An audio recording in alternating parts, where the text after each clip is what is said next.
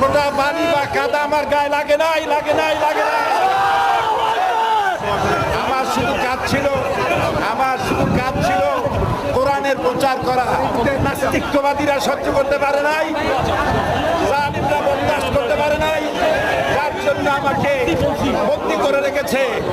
আমি শাহাদাতের তামান্না করি, আমি শহীদ হতে চাই, তবে চোর ডাকাত ইত্যাদির বদনাম নিয়ে মরতে চাই না।